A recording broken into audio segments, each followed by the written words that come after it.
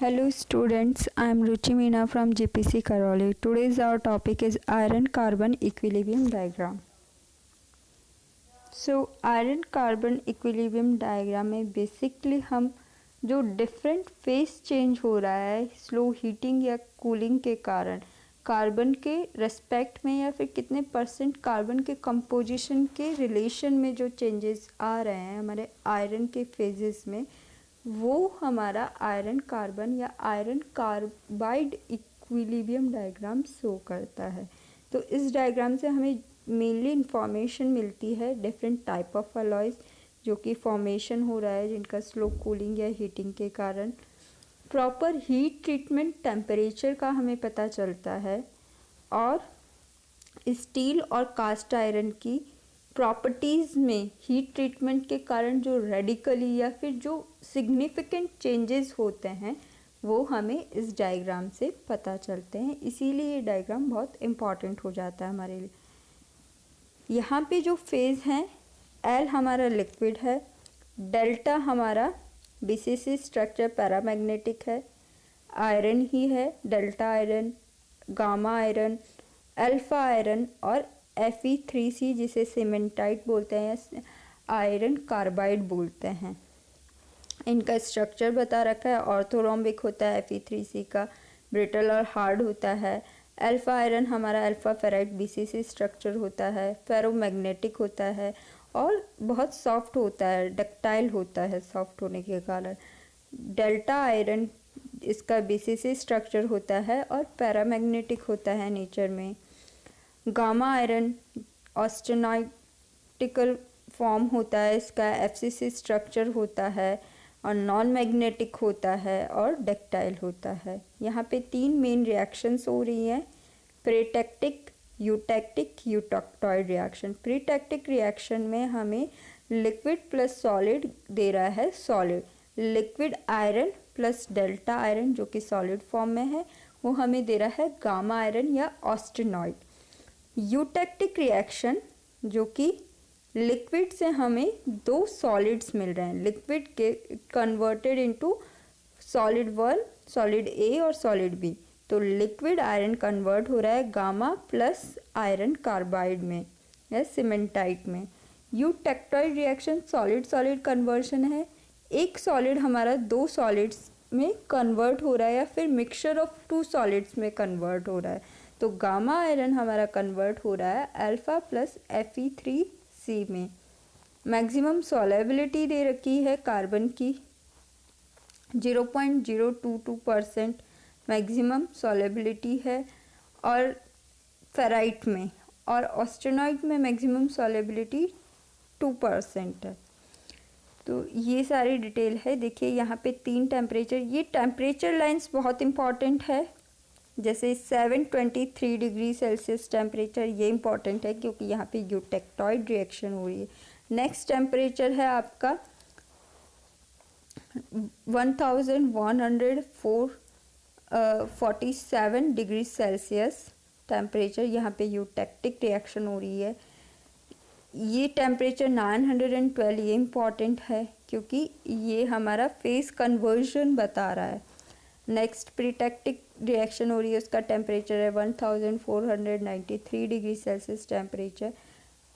Iron carbon diagram या iron iron carbide diagram हमारा temperature और कितना percent weight percent of carbon के बीच में होता है, temperature versus wait percent of carbon.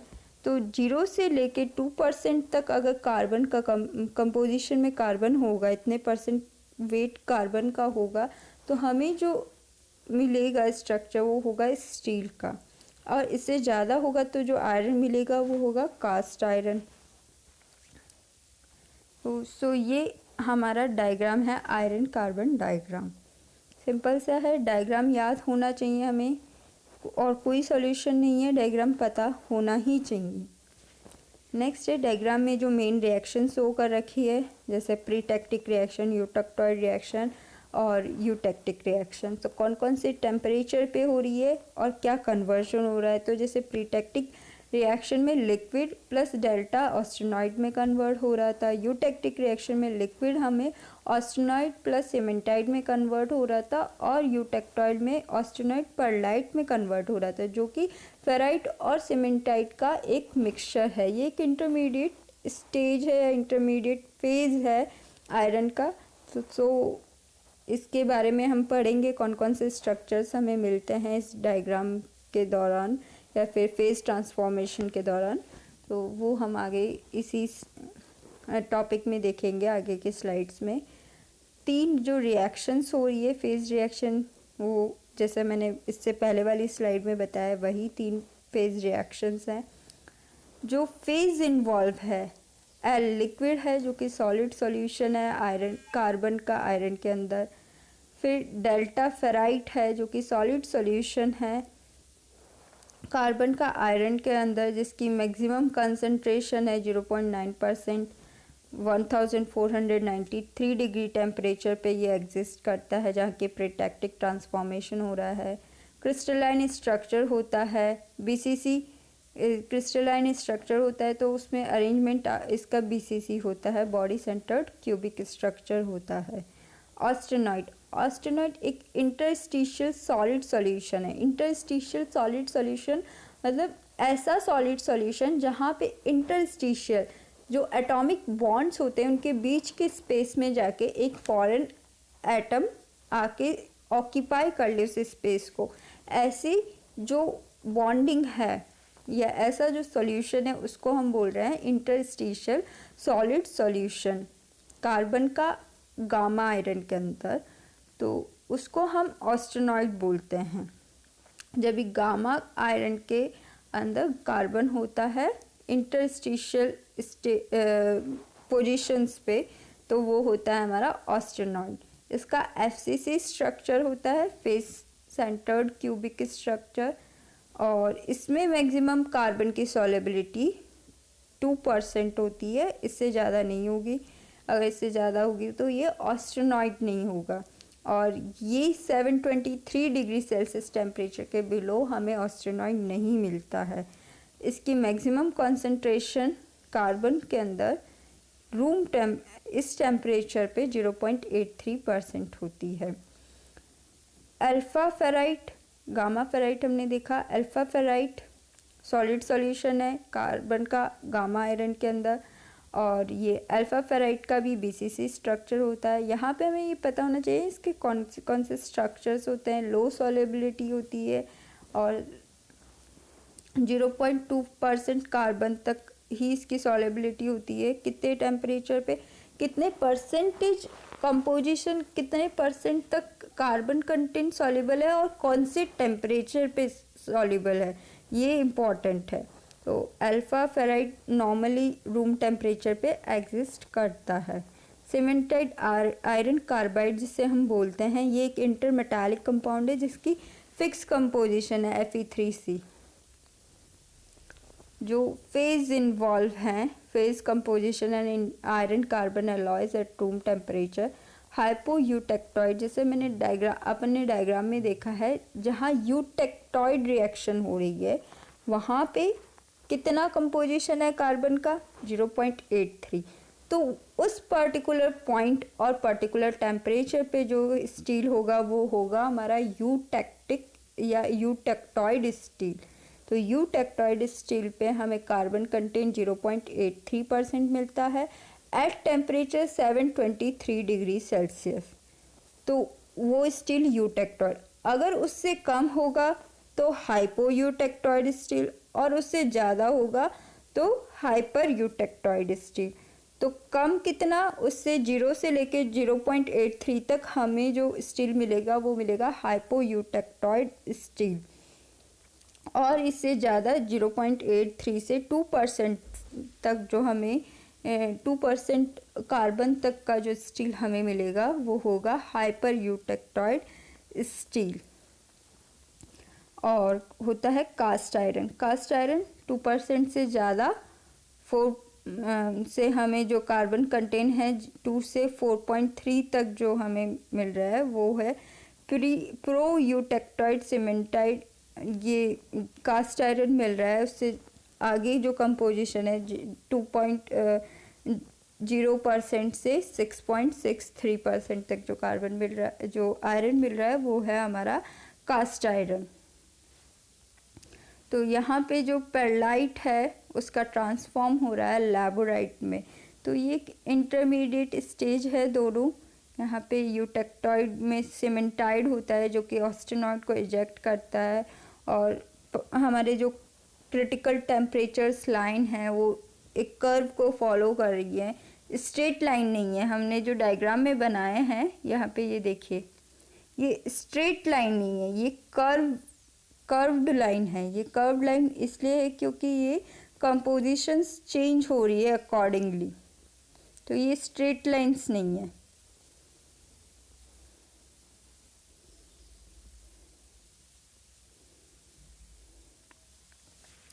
सो ये डायग्राम है अल्फा आयरन का स्ट्रक्चर का। पीसीसी स्ट्रक्चर होता है, रूम टेम्परेचर पे होता है। गामा आयरन होता है जिसको ऑस्टेनॉइड भी बोलते हैं। एफसीसी स्ट्रक्चर होता है और हायर टेम्परेचर पे हमें मिलता है। नेक्स्ट है जो अलग अलग स्ट्रक्चर हमें मिल रहे हैं, ऑस्टेनॉइड, फेराइट, पेरलाइट, सीमेंटाइट, मार्टनसाइट एंड लैबोराइट। ये स्ट्रक्चर्स हमें इस डायग्राम में देखने को मिलते हैं फेज ट्रांसफॉर्मेशन के दौरान। तो जो मेन स्ट्रक्चर है मेनली फेराइट, ऑस्टेनॉइड, सीमेंटाइट ये एग्जिस्ट कर रहे हैं। तो फेराइट बीसीसी स्ट्रक्चर है, ये सॉफ्ट और डक्टाइल मैग्नेटिक होता है नेचर में। ऑस्टेनॉइड का एफसीसी स्ट्रक्चर है, ये सॉफ्ट मॉडरेट स्ट्रेंथ होती है और नॉन मैग्नेटिक होता है। सीमेंटाइट जो कि एक आयरन और कार्बन का कंपाउंड है, यहाँ पे सीमेंटाइट में कोई फेज ट्रांसफॉर्मेशन नहीं है, ये एक कंपाउंड है। तो ये इसके जनरल कैरेक्टरिस्टिक है हार्डनेस एंड ब्रिटलनेस, तो हार्ड और ब्रिटल होता है ये। फेराइट को हम अल्फा सॉलिड सॉल्यूशन भी बोलते हैं। इंटरस्टिशियल सॉलिड सॉल्यूशन है जिसमें स्मॉल अमाउंट में कार्बन डिसॉल्व होता है अल्फा आयरन के अंदर।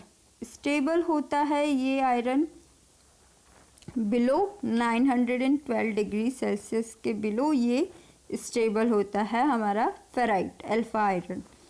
मैक्सिमम सॉलेबिलिटी 0.025% कार्बन की एट 273 डिग्री सेल्सियस, डिज़ोल्व 0.008% ही होता है ये रूम टेम्परेचर पे। और ये इस डायग्राम में जितने भी हमें स्ट्रक्चर्स मिल रहे हैं उनमें सबसे सॉफ्ट हमारा होता है फेराइट।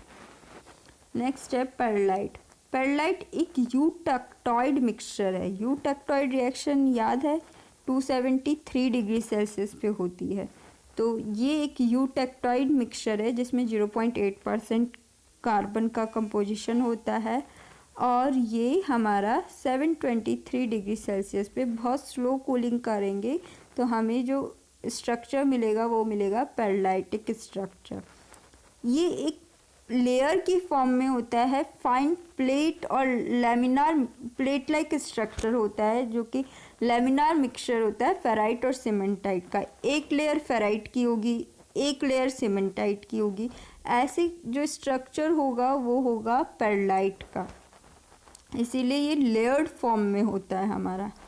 फेराइट के बैकग्राउंड में अगर मैट्रिक्स में सीमेंटाइट है तो सीमेंटाइट का क्या होता है, डार्कर कलर होता है, इसीलिए एक लेयर आपकी लाइट कलर में होगी और एक डार्कर कलर में होगी।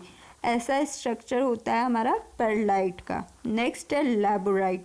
लैबोराइट यूटेक्टिक मिक्सचर है। पेरलाइट हमारा यूटेक्टॉइड मिक्सचर है और ये यूटेक्टिक मिक्सचर है। ये दोनों रिएक्शंस इम्पॉर्टेंट है आपके, क्योंकि यहाँ से यूटेक्टिक रिएक्शन से हमें कास्ट आयरन मिल रहा है और यूटेक्टॉइड रिएक्शन से हमें स्टील मिल रहा है, और इंजीनियरिंग पॉइंट ऑफ व्यू से ये दोनों मटेरियल हमारे लिए बहुत इम्पॉर्टेंट है। और प्रीटेक्टिक रिएक्शन में जो हमें आयरन मिल रहा है उसमें कार्बन की कंपोजिशन बहुत लो है, तो वो इंजीनियरिंग पॉइंट ऑफ व्यू से सिग्निफिकेंट नहीं है। वो हम बात कर रहे थे लैबोराइट की। लैबोराइट में क्या है, यूटेक्टिक मिक्सचर है किस किस का, ऑस्टेनॉइड और सीमेंटाइट का। ये मिक्सचर है ऑस्टेनॉइट और सीमेंटाइट का। पेरलाइट मिक्सचर है फेराइट और सीमेंटाइट का।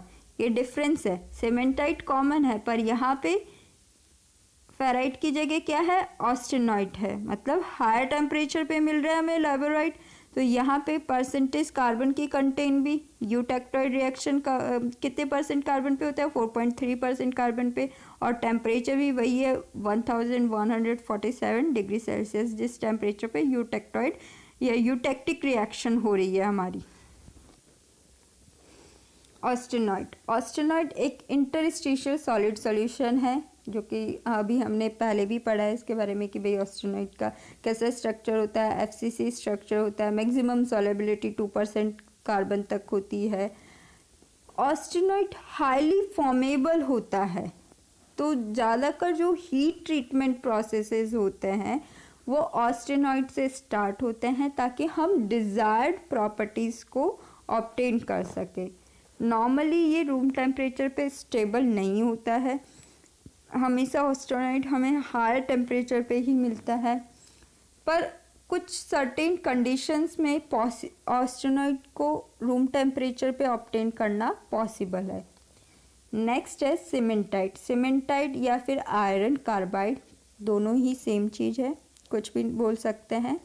ये बहुत हार्ड और ब्रिटल होता है, कंपाउंड है, ये कोई फेज नहीं है आयरन का, एक कंपाउंड है आयरन और कार्बन के कॉम्बिनेशन का। तो इसकी कंपोजिशन फिक्स है Fe3C। ये 6.67% कार्बन कंटेन करता है। हार्डेस्ट स्ट्रक्चर है इस डायग्राम में, आयरन कार्बन डायग्राम में आपके। और एग्जैक्ट मेल्टिंग इसका, क्योंकि बहुत ज़्यादा हार्ड है मटेरियल है, तो इसका एग्जैक्ट मेल्टिंग पॉइंट हमें नहीं पता है, इसीलिए जो हमने डायग्राम बनाया है स्टार्टिंग में, देखिए डायग्राम में हर चीज़ सिग्निफिकेंट है। ये जो डॉटेड लाइन है ये यही शो कर रहा है कि हमें इस Fe3, ये जो लाइन है लास्ट वाली लाइन, ये है Fe3C, तो इसका मेल्टिंग पॉइंट हमें नहीं पता, इसीलिए ये डॉटेड लाइन हमने बनाई है। हमें एग्जैक्ट टेम्परेचर नहीं पता कि भाई किस टेम्परेचर पे जाके हमारा आयरन कार्बन मेल्ट हो जाएगा। तो हर चीज़ सिग्निफिकेंट है, क्यों कर्व्ड लाइन ड्रॉ की, क्यों हमने डॉटेड लाइन ड्रॉ की, ये सारी चीज़ें इम्पॉर्टेंट है। सीमेंटाइट, तो इसका एग्जैक्ट मेल्टिंग पॉइंट हमें नहीं पता, इसका स्ट्रक्चर ऑर्थोरोम्बिक स्ट्रक्चर होता है। तो इसकी मेन प्रॉपर्टी ये है, क्योंकि बहुत हार्ड और ब्रिटल है, ऑब्वियस है, तो टेंसाइल स्ट्रेंथ नहीं होगी इसकी, खींच नहीं सकते, बहुत लो टेंसाइल स्ट्रेंथ होगी इसकी। पर क्योंकि हार्ड और ब्रिटल है इसीलिए कंप्रेसिव स्ट्रेंथ बहुत ज़्यादा होगी इसकी।